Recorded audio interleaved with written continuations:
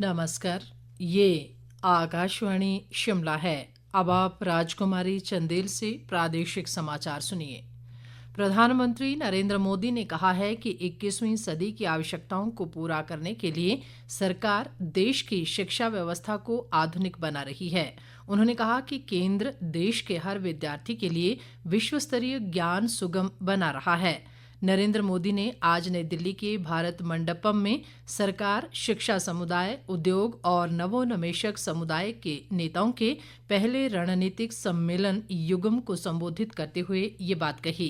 प्रधानमंत्री ने कहा कि नई शिक्षा नीति देश में परिवर्तन ला रही है। उन्होंने कहा कि प्रतिभा, स्वभाव और प्रौद्योगिकी की त्रिमूर्ति भारत के भविष्य को परिवर्तित करेगी। किसी भी देश का भविष्य उसकी युवा पीढ़ी पर निर्भर होता है। इसलिए ये जरूरी है कि हम अपने युवाओं के भविष्य के लिए और उनको भारत के उज्जवल भविष्य के लिए तैयार करें। इसमें बड़ी भूमिका देश के एजुकेशन सिस्टम की भी होती है। इसलिए हम देश के एजुकेशन सिस्टम को 21वीं सदी की जरूरतों के मुताबिक आधुनिक बना रहे हैं।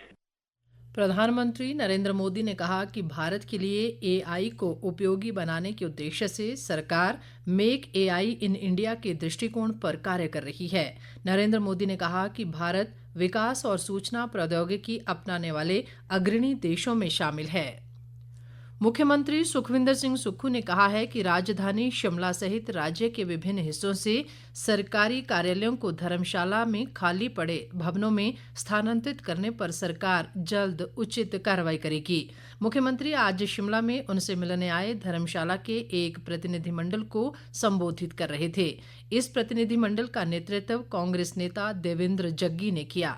प्रतिनिधिमंडल ने कहा कि धर्मशाला में खाली पड़े भवनों में किराए के भवनों में चल रहे सरकारी कार्यालयों को स्थानांतरित करने से सरकार पर वित्तीय बोझ कम होगा।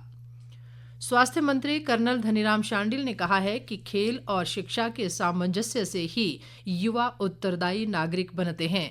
स्वास्थ्य मंत्री आज आईटीआई सोलन में पुरुष वर्ग की जिला स्तरीय खेलकूद प्रतियोगिता के उद्घाटन अवसर पर बोल रहे थे।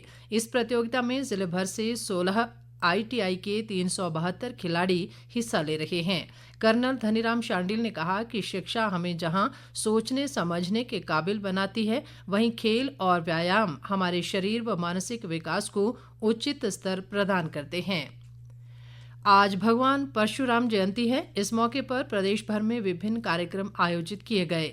चंबा के भटियात विधानसभा क्षेत्र के रायपुर में आयोजित कार्यक्रम की अध्यक्षता करते हुए विधानसभा अध्यक्ष कुलदीप सिंह पठानिया ने कहा कि भगवान परशुराम का अवतरण अन्याय, अधर्म और पापों का नाश करने के लिए हुआ था। कुलदीप सिंह पठानिया ने लोगों से भगवान परशुराम का अनुसरण कर जीवन में आगे बढ़ने का आह्वान किया। शिमला में हिमाचल ब्राह्मण सभा द्वारा आयोजित कार्यक्रम की स्थानीय विधायक हरीश जनार्था ने अध्यक्षता की।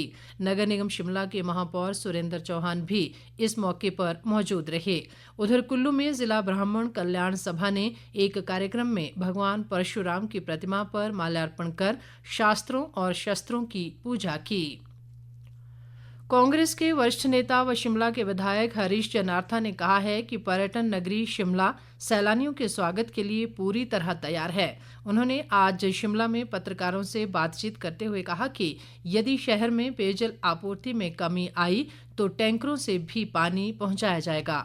उन्होंने पर्यटकों को आश्वस्त किया कि उन्हें शिमला में किसी भी तरह की परेशानी का सामना नहीं करना पड़ेगा।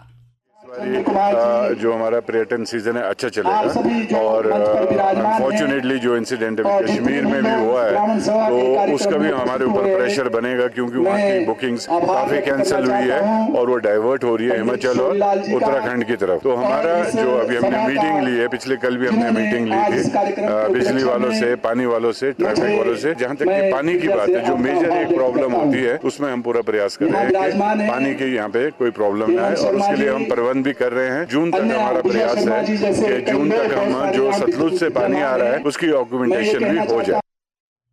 भाजपा प्रवक्ता संदीपनी भारद्वाज ने राज्य में मनरेगा मजदूरों को वेतन न मिलने के लिए प्रदेश सरकार को जिम्मेवार ठहराया है। संदीपनी भारद्वाज ने आज शिमला में कहा कि प्रदेश सरकार ने मनरेगा में अपनी हिस्सेदारी के रूप में 123 करोड़ 24 लाख रुपए देने हैं, जो अभी तक नहीं दिए हैं। इसी कारण केंद्र से मिलने वाली मनरेगा की राशि की किश्त लंबित है। इसी के साथ ये समाचार बुलेटिन समाप्त हुआ। हमारा अगला बुलेटिन आप सुन सकते हैं शाम 7:45 पर। नमस्कार।